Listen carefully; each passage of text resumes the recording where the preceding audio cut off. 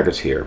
Ever since COVID, we have some people with a bit more time on their hands and a bit more money that they don't know what to do with. So some of them tried to get into retro gaming. That's good. Unfortunately, because of that, we've had a lot of counterfeiters taking advantage of new people getting into the hobby who aren't as experienced in knowing what they're dealing with. So I thought, hey, I've got some time, I've got some experience, and I've got some carts. So why don't I explain to you how you can easily, visually figure out whether or not your cart is real or fake. That's good. And if people like this, then I'll delve into more of the internals and how to spot the carts and how to delve deeper in how to figuring out whether or not you've got the real deal. Can I go now? So hit that like button, subscribe, leave a comment on whether or not you want to see more of this stuff, and I'll get right on it. Anyway, these are easy ways to spot counterfeits. Now we're going to be doing this with N64 carts because I've been seeing more of these lurking around the bay, so it's something that a lot of people are going to be falling for. So I am going to start with one that I'm seeing a lot of people going after, and that is Super Smash Brothers. Well, let's get started. Now, fresh plastic to old plastic is going to have a very different feel to it because it's newer. These things are like fresh out of the molds.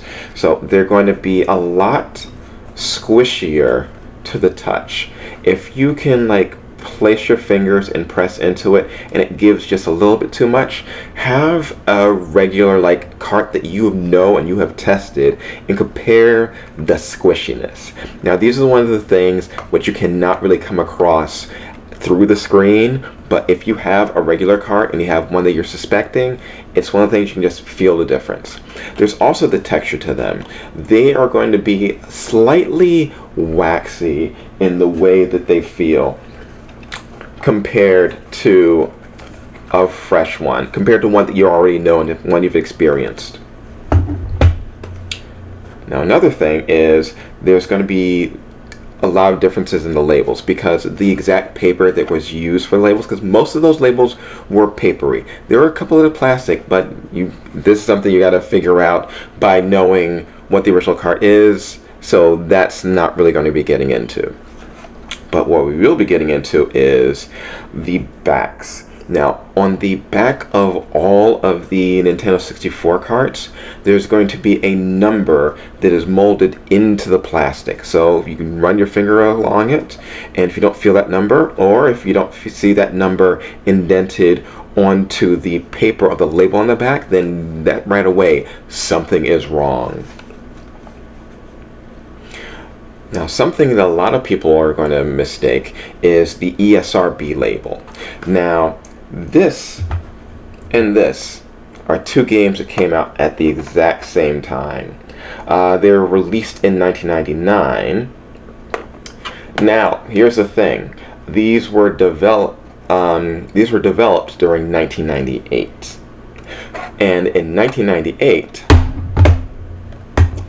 this is not the ESRB logo for 1998. This is the logo that was released later on.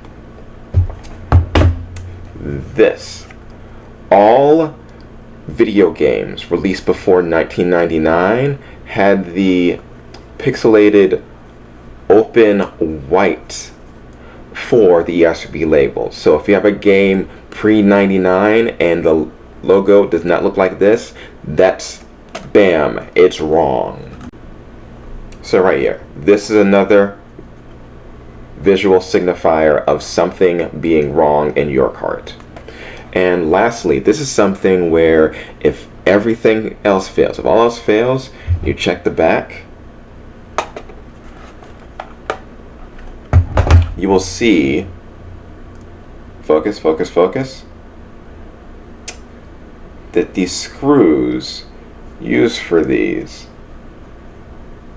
are very different. They actually have teeth to work with like a regular screwdriver. That is not how carts were manufactured.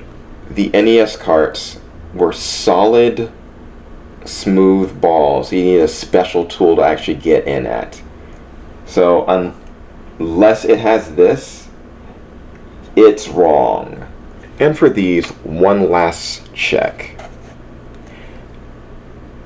Proper 64 cart, counterfeit 64 cart. See the difference? One more thing to check. So remember the ESRB logo. If it's post 99, it's all black. If it's pre 99, then they're all white. Remember to check the screws. If they've got teeth to them, something's wrong. If they're smooth, you're all good. Remember the feel of the plastic. If it's a little too squishy, then it's a little too new. Well, anyway, these are some quick tips. And if you really want to delve into it, if you really want me to, just write, and I will actually open these things up and open up a couple more.